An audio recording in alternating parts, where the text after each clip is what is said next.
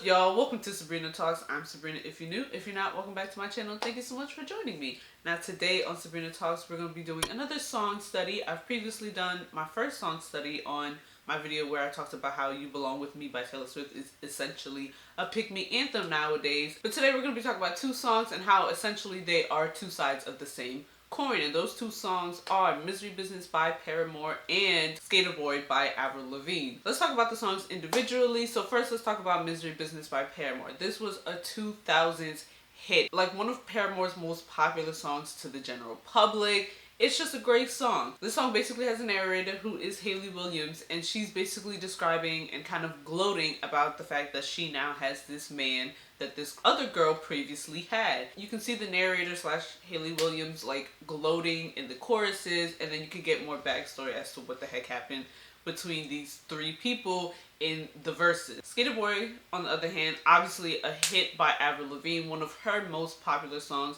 another early 2000s songs that's just immaculate. So the story that's told in Sk8er Boi is kind of similar to Misery Business, but a little bit different. This one also has three people involved in the story, but there's the main girl who lost the boy, there's the boy, and then there's Avril, the narrator. They both essentially kind of like each other, but the girl is so concerned about what her friends will think about her liking this boy that she never dates him. So time goes by, and then Avril comes in and she is now like, oh look, I'm now dating this boy, he's so successful, blah blah blah blah blah. Similar to Misery Business, the choruses in Sk8er Boi are more of like the gloating part, and then the verses are more of the storytelling part and explaining what the heck is happening. Let's talk about why these songs are the same coin, right? Because as I've mentioned before, both of these songs are essentially gloating, talk about haha, I took your man.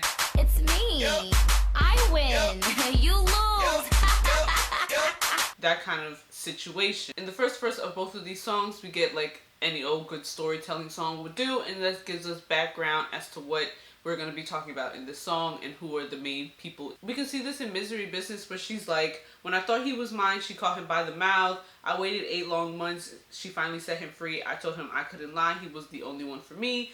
2 weeks and we caught on fire. She got it out for me, but I got the biggest smile. So essentially in this first verse, she's like, I wanted this man. She's caught him and seduced him.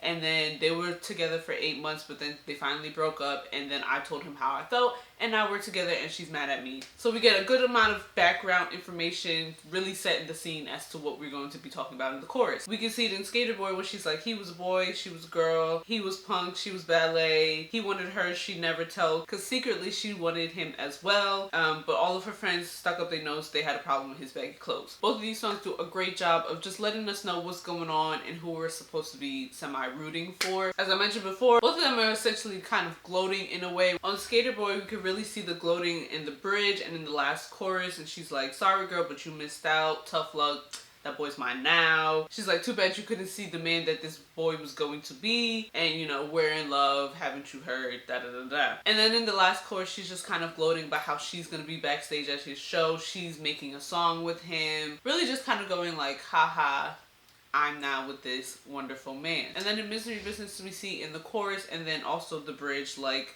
Sk8er Boi, but she's like, I don't really mean to brag, but I'm kind of happy now because I got him where I want him, and it just feels so good that, you know, she now has him where she wants him. And then in the bridge, she's like, I watched his wildest dreams come true and none of them involving you, and kind of like a haha, you weren't his dream girl kind of nagging way, I guess you could say. Now that we see why I think these songs are the same coin, let's talk about why they are different sides of this same coin. Right out the gate, you could tell sonically the difference between these two songs. Like in Misery Business, Hayley Williams is singing a little more snarkier, she's singing a little more aggressive, and the guitar and the drum rhythms are a little more, you know, upbeat and kind of in your face.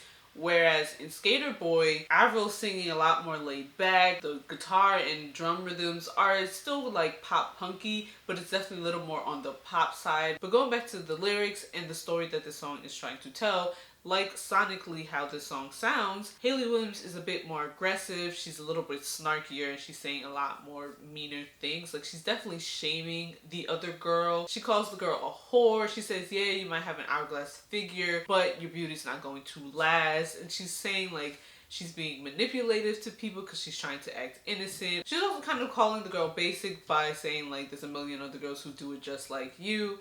she's really going ham on Homegirl, which you can kind of understand more in this song, because in the beginning of the song we hear that she says, you know, I had my eyes on him, but you took him from me, and then you started dating him, but now I'm dating him. There's more of a reason for her snarkiness, because she obviously wanted this man 8 months ago before he got into a relationship with this girl, and now she's finally having him, so she giving herself the reason to gloat. Now with Avril and Sk8er Boi, it's not as personal as it is with Haley and Misery Business, because she has no connection to them pre 6 years ago, because she wasn't around them when, you know, the girl and the boy liked each other, so she doesn't gloat as meanly as like Haley does. She's just kind of stating facts as to what happened in the situation, which matches how this song sounds sonically, because it's just a lot more laid back, it's a little bit more positive, it's a little bit more upbeat. The only time she ever really gets kind of snarky is when she's mentioning how the girl is with a baby by herself,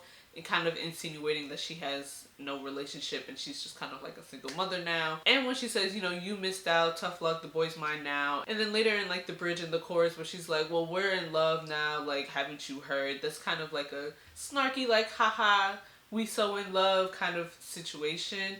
But it's definitely a lot nicer than like Haley and Misery Business. I think both these songs do a really great job of kind of showing how two people might react to the same kind of situation. I think it's also very funny how both of them can kind of lean into like the misogyny really easily. Like in Sk8er Boi, she doesn't really say any misogynistic things. She's not really shaming the other girl, but she is kind of playing into the factor of like a pretty ballet kind of preppy girl would not go for a guy who's a little bit more edgier and you know, wears baggy clothes and such like that. It's kind of the same like in You Belong With Me, where it's just like, just because the girl is a different type of girl doesn't mean she's not right for that boy. That kind of scenario. And then like with Misery Business, it definitely leans more into the like misogyny, which is why I know Hayley Williams has said like she doesn't really like singing that song.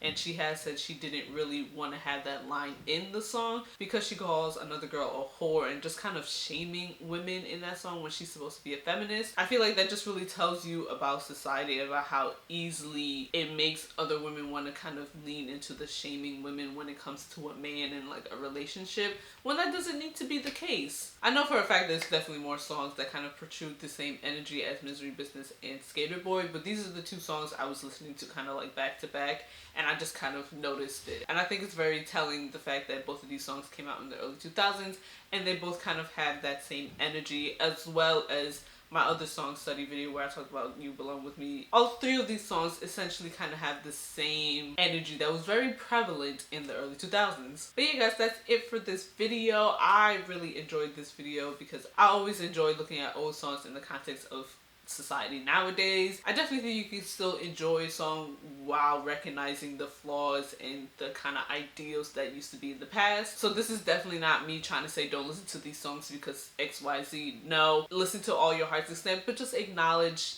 the things that maybe you don't agree with nowadays. But if you enjoyed me talking about these two songs, please give this video a like. Let me know in the comments down below what other songs have this same kind of energy and what you think about my interpretation. You can also talk to me in my social medias at Sabrina Talks 2 on Instagram and Twitter, and at Sabrina Talks 2U on TikTok. I've recently posted 2 new videos onto my TikTok, so go check those out. If you would like to see more videos of me giving commentary on movies, music, and TV shows, I suggest you subscribe to my channel. Share this video with your friends so we can all have this great discussion. And as always, please remember to be safe, be smart, be kind, and I'll see y'all in my next video. Bye guys!